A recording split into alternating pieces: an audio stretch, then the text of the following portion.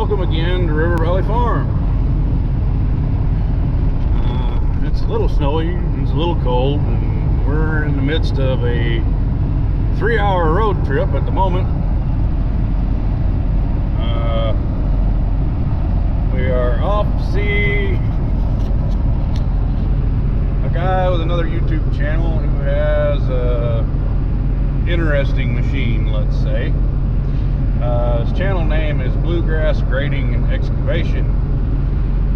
So as you may gather, it's big and it's yellow and it's old.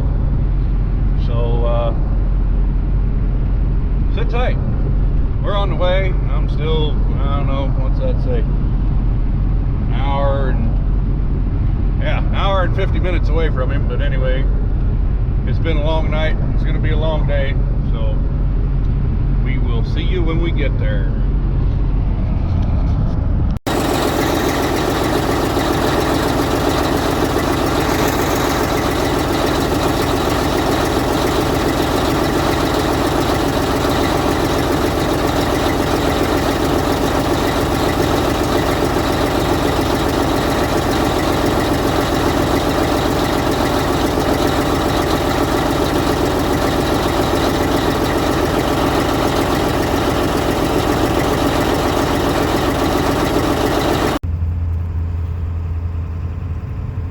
I don't think there'll be any shortage of firewood around here for a few days. Apparently they must have had a little wind with their ice, or a whole lot more ice than I thought they did. But anyway,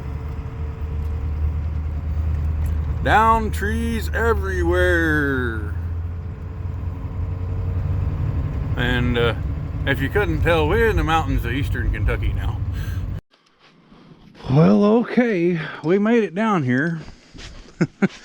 There's no power, no phone service, and no lots of stuff right now because the ice storm. You can tell by that power pole over there. They had a pretty good ice storm. So anyway, this is what we came to do. D9G 66A series serial number, I should say. And it has a slight seep, coolant seep on the front head gasket, 1, 2, 3 head, and then number 5 cylinder is low on compression. So yeah, fun stuff going on here today. As you can see, I started taking it apart before I started filming, but anyway, that happens, right? So yeah, the goal is to get the heads off of it, and since the absence of hotel rooms has kind of got us in a bind, I'm hoping to get it done today. But anyway, we'll see how this goes. But yeah, she's kind of a big old girl, and not in real good shape. You know, the exhaust manifold's busted on 1 and 2. Couldn't tell by the JB weld here, it was kind of worn thin there too. Anyway, here's what it is. I got lots to do, so hold on, we'll come back. Okay, so interesting feature of this one, and I guess probably all of these anyway, we've got the charge air cooler built right into the intake manifold. I really want to take this off of here in one piece, and I'm not quite sure how I'm gonna have to go about doing that, but anyway, that's the goal, is to take this thing off in one piece, and that way we don't have to separate it and play games with it and all that other good stuff. But anyway, the actual intake manifold bolts on 1 and 2 are not a problem. Maybe not on 6, and not on 3 either, really. But then you get into 4 and 5, and they're a really good time. So first things first, I'm going to see if I can separate the lines, get this block off these lines, separate the lines, pull the lines out one at a time, and then I really don't want to take his filter head off either, but we might have to do that too. So, but we won't know until we do something. So let me get back to work. Okay, so we were able to cheat the Great Yellow Father and get the lines out. I like being able to do that. Makes my day so much easier when we can do that. So next up, can we get to all the bolts in the intake manifold? We're gonna hope we can, because it'd be so much nicer if we did, because if we can't get those, then we're gonna have to take the head off, or the injection pump off. I'm really not a fan of that idea. So yeah, that's fine.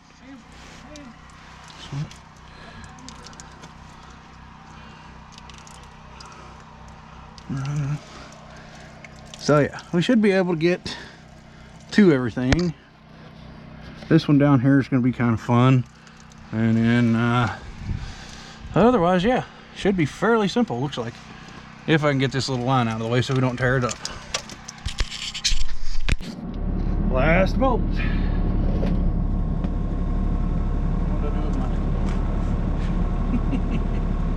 Let's see.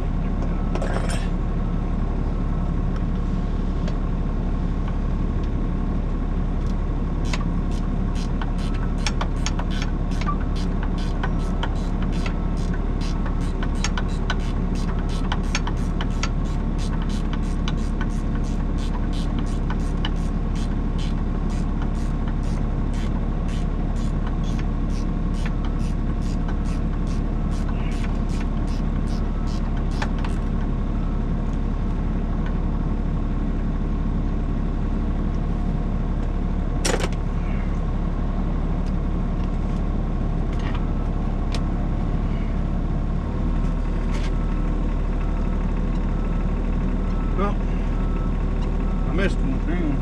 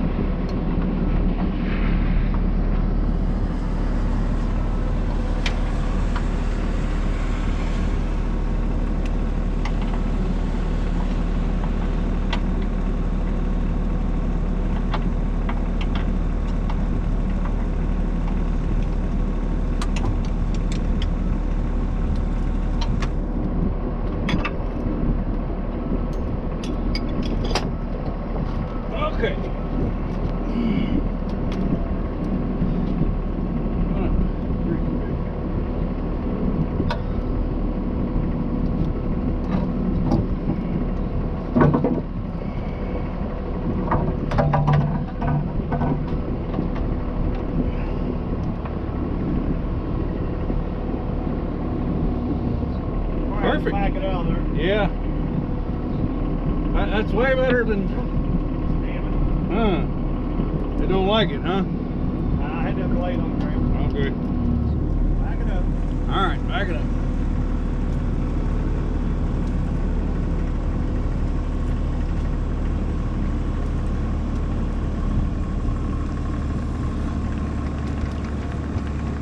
Alright then.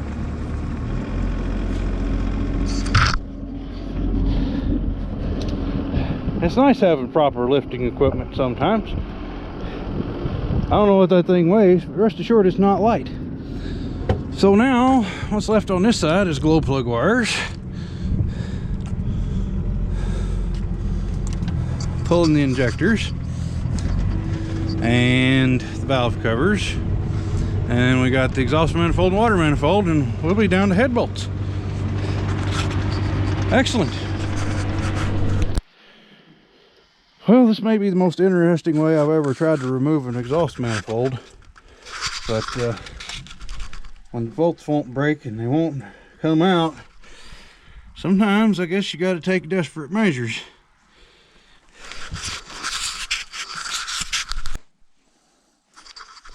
Okay, so yeah, I guess this is what happens when you beat the great yellow father on one side. He gets to beat you over here, because that bolt won't break and won't come out, and neither will this one over here.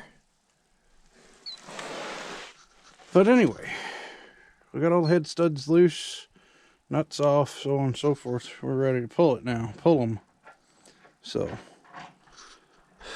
well, let's see what happens. Oh, well, ain't that pretty?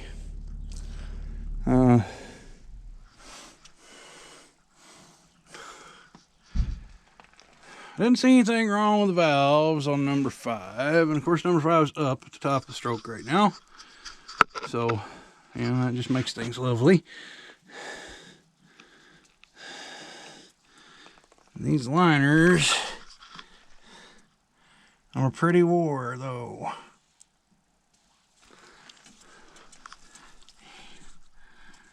Don't see anything.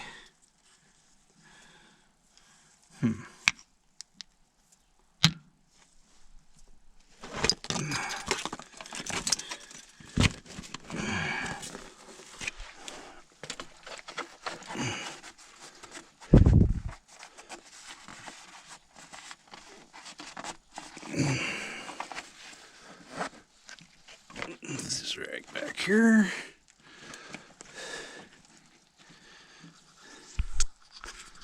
But I don't see anything wrong with the piston, top of the piston anyway. But I have a slight ridge going in the cylinder and no crosshatch left.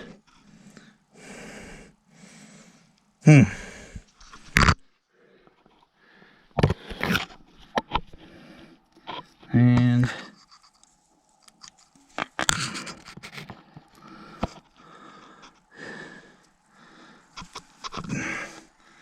the more we look, the more it looks like it's just tired.